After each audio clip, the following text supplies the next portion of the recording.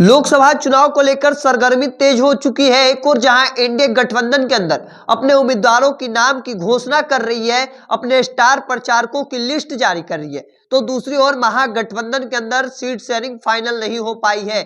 लालू प्रसाद यादव भले ही अपने उम्मीदवारों को सिंबल बांटना शुरू कर चुके हैं, पर अब तक कोई औपचारिक ऐलान नहीं किया गया है। सीट शेयरिंग फाइनल नहीं हो पाई है। एक और जहां चर्चा या इस बात को लेकर है कि कांग्रेस पार्टी पहले 10 से 15 सीटें मांग रही थी, फिर 10 से 12 सीटों पर आई और अब चर्चा है कि 9 से 10 सीटों पर कांग्रेस चुनाव लड़ने जा रही है। चर्चा इस बात को लेकर भी है कि मुकेश सैनी यानी वीआईपी लोकसभा में 3 सीटों पर उतरने जा रही है।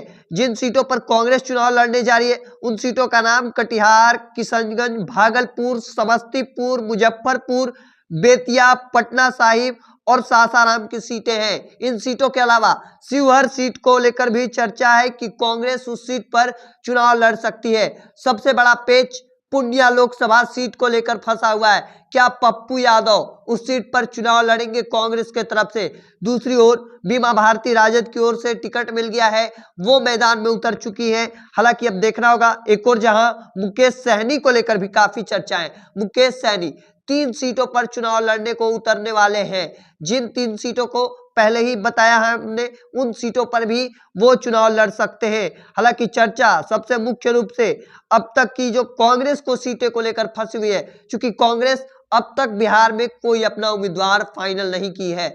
जिन सीटों को लेकर पहले से उनकी सीटें रही हैं, वो सीटों पर भी छिनती नजर आ रही है। चूंकि औरंगाबाद सीट पहले कांग्रेस के हाथ से चली गई, जो कि निखिल कुमार चुनाव लड़ने की अभी भी बात कर रहे हैं कि हम चुनाव लड़ेंगे।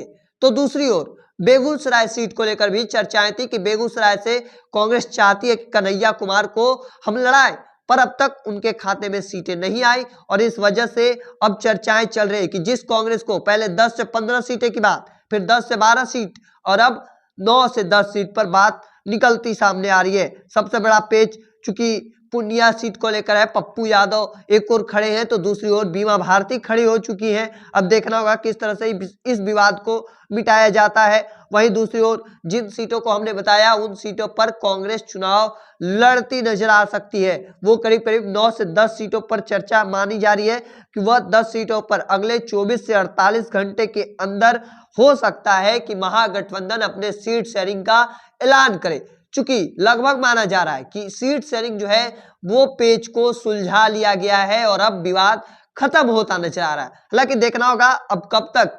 चर्चा इस बात को लेकर है कि अगले 24 से 48 घंटे के अंदर प्रेस कॉन्फ्रेंस करके सीट शेयरिंग को लेकर औपचारिक ऐलान किया जाए, कितनी सीटों पर कौन कौन सी पार्टियां महागठबंधन से चुनाव में उतर रही है। महागठबंधन की ओर से देखना दिलचस्प होगा कौन कौन सी पार्टियां कितने सीटों पर उतरने जा रही है मैदान में। हालांकि सबसे बड़ा पेच पूर्णिया में फंसा हुआ है और पूर्णिया को किस तरह से विवाद जो है वो खत्म किया जाता है।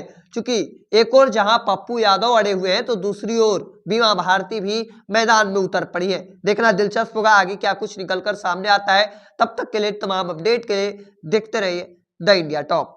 धन्यवाद।